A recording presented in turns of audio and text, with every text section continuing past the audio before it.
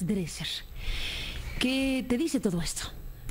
Pues es el escándalo de la semana. La próxima habrá otro, similar. Un escándalo del cual nos enteramos solamente porque Citibank se vio obligado a reconocer las multimillonarias pérdidas de su filial mexicana Banamex por una investigación del Securities and Exchange Commission por préstamos avalados que Oceanografía contrata con Pemex, o sea, contratos que la empresa lleva a cabo con Pemex, que luego resultaron ser falsos. Falta aún mucha claridad, Carmen y Lorenzo, Sergio. ¿Quiénes son los principales accionistas de Oceanografía? ¿Cómo surge la empresa? ¿Por qué consigue este préstamo? ¿Quién en Pemex da ese aval? ¿Y realmente están involucrados los hijos de Marta Sagún? El tema trasciende este ejemplo específico porque es un ejemplo de la cultura de la corrupción tan arraigada, tan extensa, tan avalada, la costumbre del nepotismo, de la rapacidad, la costumbre de ver al gobierno como un lugar al cual uno llega para servir y servirse, con tan pocos controles, con tan pocas sanciones. Y estoy pensando en el reporte que se hace público la semana pasada de la Auditoría Superior de la Federación, en el cual se hace un análisis de la cuenta pública del 2012. Y el informe está repleto de todo aquello que vemos en este escándalo de Oceanografía hoy. Palabras como irregularidades, falta de transparencia, falta de estudios sobre el impacto en las finanzas, ya sea de la empresa o de las finanzas públicas.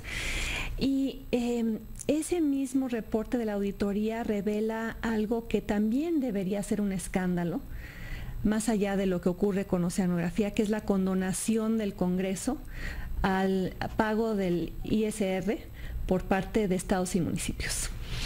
Un perdón que el Congreso graciosamente hace a sus cuates en los estados y en los municipios, que ya cobraron ese impuesto a sus empleados y no lo mandan a la Federación. La Federación se los perdona, creando así un hoyo fiscal que vamos a pagar, pues tú y Lorenzo y Sergio y yo y las millones de personas que nos están escuchando. Y de ahí que haya un amparo hoy presentado por 20 personas intelectuales, académicos en México contra ese amparo. ¿Pero qué está revelando eso? Contra esa condonación. Contra esa condonación. Ampararse contra esa decisión de perdonarles a los municipios esos y a los estados. Impuestos perdonados. Sí. Y en la misma semana en la que ocurre lo de Oceanografía, el periódico Reforma reporta en primera plana lo que el sindicato de Pemex le entrega mensualmente a los comisionados de Pemex, incluyendo ahí en la lista a la hermana y a los cuñados de Carlos Romero de Champs. Y la nota también incluye lo que recibe de sueldo Carlos Romero, el chofer de Carlos Romero de Champs, el sueldo, el pago de la gasolina y del gas doméstico para él, un aguinaldo de 60 días, una prima vacacional, un bono anual. Y añado a la lista también de esta semana, pues el SAT, que no revela la condonación fiscal a ciertos particulares privilegiados, como ha insistido el IFAI. Y bueno, si queremos la cereza en el pastel, seguimos esperando las cuentas claras de Mario Marín, de Ulises Ruiz, de Arturo Montiel, de Humberto Moreira, de Fidel Herrera, de Andrés Garnier y tantos más. Y seguimos esperando la aclaración sobre la declaración patrimonial de Enrique Peña Nieto y que nos conteste por qué hay tantos bienes donados. Esto es lo que se me ocurre el día de hoy, Carmen. Pero también quisiera contar una anécdota personal que me parece muy revelatoria. ¿Nos la cuentas después de la pausa? Sí, con mucho gusto. Regresando al tema, quiero contar una anécdota que me involucra, que nunca he contado, pero que es muy reveladora de un problema muy profundo. Hace más de 6 años, era todavía el sexenio de Vicente Fox, a mí una empresa que vende carros me invita a dar una conferencia porque es su reunión anual de ejecutivos. Creo que es en Puerto Vallarta. Al término de la conferencia me siento con los ejecutivos en la mesa y me cuentan que están indignados porque les llamó Marta Sagún y pidió que varios ejecutivos de esta empresa de autos fueran a verla a una de las cabañas en Los Pinos. Fueron y ahí les dijo que ella era una buena madre, que quería ser recordada como una buena madre y que sus hijos siempre habían querido tener una filial de esa empresa de autos en Zamora, una agencia de esa empresa de autos en Zamora. Y uno de los ejecutivos era estadounidense y salió de la cabaña mascullando sobre el país bananero y dio instrucciones de que en ningún momento se le hiciera el favor a Marta Sahún. Pero pues así operaban las cosas en aquel momento y me imagino que siguen operando a diversos niveles. Y de ahí la urgencia, la importancia de esa comisión anticorrupción, la cual nos fue prometida. Fiscalía ya. Fiscalía, y la urgencia de la investigación, el escrutinio, el monitoreo y la sanción. Porque ¿por qué todas esas personas en los escándalos que he descrito esta semana hacen lo que hacen? Porque pueden. Porque no hay sanción, porque la corrupción en México es considerada como parte del engranaje económico y político con el cual marcha este país. Volvemos con Lorenzo Meyer. Sergio Aguayo, su comentario. Perfecto. ¿Qué decir Lorenzo Meyer con toda la información a la mesa del tema? Que conste que nada más es una información parcial, pero se pueden decir varias cosas. En primer lugar, ¿por qué existen estas empresas? ¿Cuál es el papel de Oceanografía? Lo que se nos ha hecho saber ahora es que era simplemente una intermediaria, que era innecesaria. No hay nada que ella provea que tenga algún valor real. Simplemente buscaba barcos que estaban en posibles rentas. Iba a Pemex, les decía que tenía unos barcos para rentar y en ese gran esfuerzo de ir de uno al otro se sacaba un dinero. Después, supongo yo que con los ahorritos que hicieron ya empezaron a tener barcos propios. Pero en el primer paso uno se pregunta ¿por qué Pemex? Y no es nada más Oceanografía, son muchas. ¿Por qué necesita tantos intermediarios? Porque la intermediación genera recursos y parece honrada. Parece honrada, no hay nada. Murillo Karam no les puede hacer nada por intermediar. La empresa paraestatal quiere a los intermediarios, los proveedores de barcos, los noruegos, por ejemplo, que tienen barcos a pasto. Bueno, hay ahí en algún país oscuro alguien que quiere un barco y paga. Bueno, ahí está el barco. No se enteran de más. En algunos casos se enteraron porque no pagaron el barco que supuestamente habían rentado, aunque Pemex sí pagó. Pero Oceanografía en algún punto de la estratosfera dejó el dinero. Entonces la primera pregunta es esa: ¿por qué? ¿Cuántos individuos y empresas similares ha de tener Pemex? ¿Quieres guantes? Bueno, entonces alguien va con el que fabrica guantes y se los vende a Pemex. ¿Y cuántas cosas se han hecho así?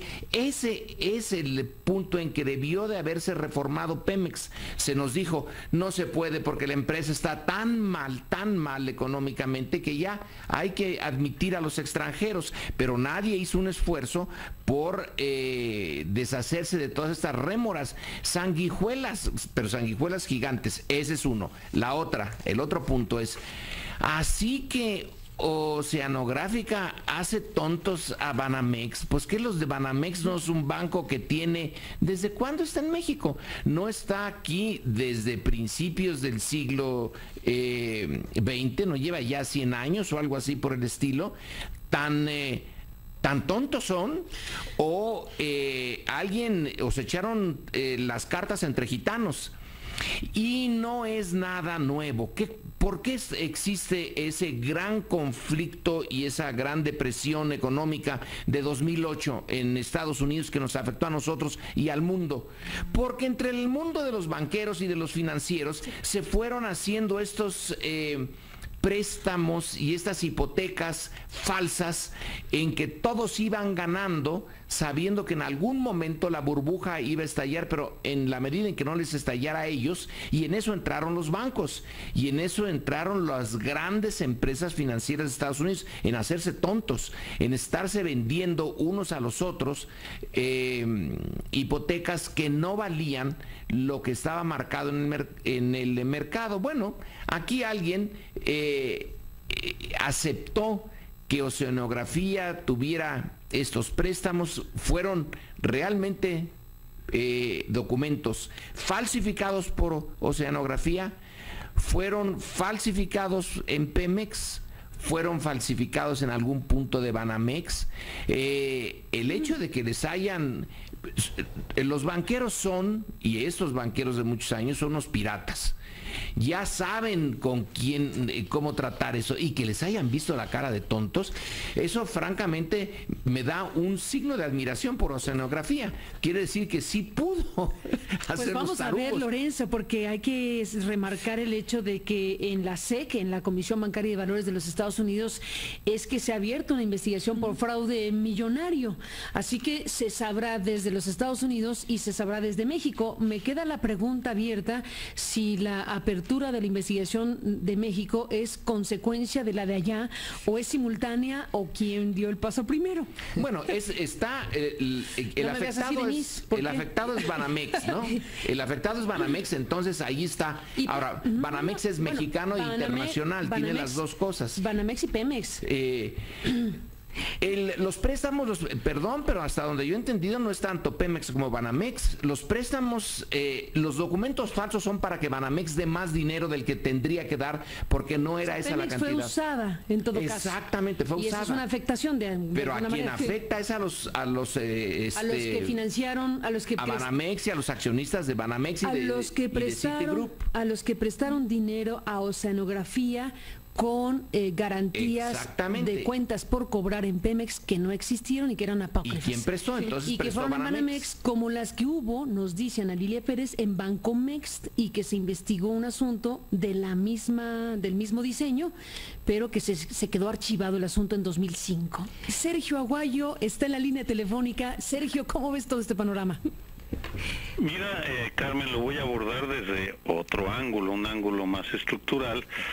Dado pues que Denise primero y Lorenzo después han hecho un análisis muy minucioso de algunos aspectos del problema, de sus comentarios y lo que tú añadiste se desprende un hecho.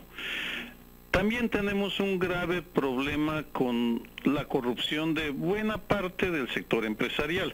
No todo, por supuesto, pero hay una parte que se ha beneficiado muchísimo de las relaciones corruptas con un sector de la clase política.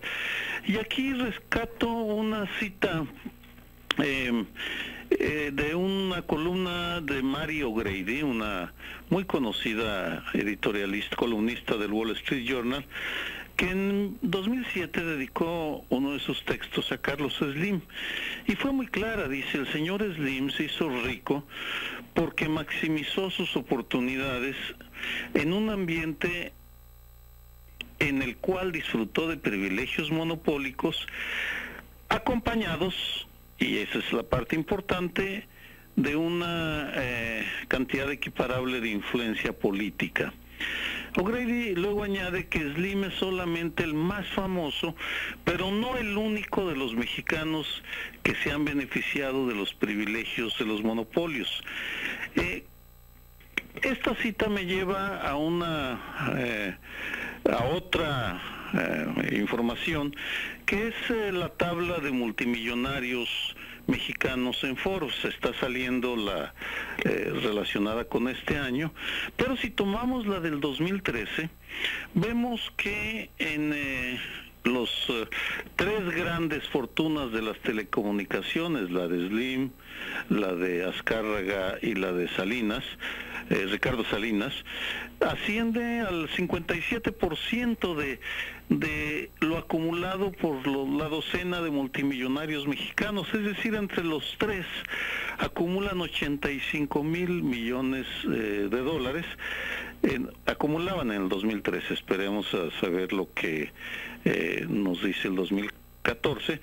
Y en ese sentido, si uno compara a estos grandes empresarios mexicanos con William Gates, por ejemplo, con Amancio, pero dejemos con Bill Gates, el contraste es notable porque Bill Gates acumula su fortuna por la innovación tecnológica que transforma a la humanidad en la manera como trabaja y se comunica la humanidad. Y en el caso de nuestros multimillonarios, acumulan sus fortunas por el favor, los favores que reciben de políticos mexicanos. Para cerrar mi comentario, rescato una frase de Vicente Fox. Vicente Fox dice, se declara confundido por lo que está pasando y por las acusaciones hacia sus hijastros. Si Vicente Fox tuviera un poquito de memoria, no estaría confundido, porque su gobierno fue extraordinariamente generoso con empresas, no solo Oceanografía, que ahora sabemos, sino con las televisoras, el decretazo del 2002, la manera como se comportó con la invasión o la usurpación que hizo Ricardo Salinas Pliego de la Fuerza del Estado para recuperar el Chiquihuite o las antenas de comunicación de Canal 40 en el Cerro del Chiquihuite, o los permisos de casas de juego que concediera Santiago Krill en el mayo del 2005, una semana antes de irse a buscar la candidatura a la presidencia. Es decir, hay suficiente evidencia de que no solo los presidentes panistas, por supuesto, también los priistas, pero en el caso de Oceanografía, ahora estamos revisando lo que hacía el PAN, pues hay suficiente evidencia para demostrar que lo que estamos viendo con Oceanografía es un botón de una colección muy amplia de vicios, de corrupciones entre el sector privado y el sector público. En ese ángulo de la problemática que padecemos con la corrupción debe también incorporarse, porque de otra manera pues podrá vigilarse por el lado del sector público, pero si no se ataca simultáneamente por el sector privado, de poco se va a lograr. Déjenme regresar, Sergio, Denise, Lorenzo, en esta mesa con este hilo de conversación.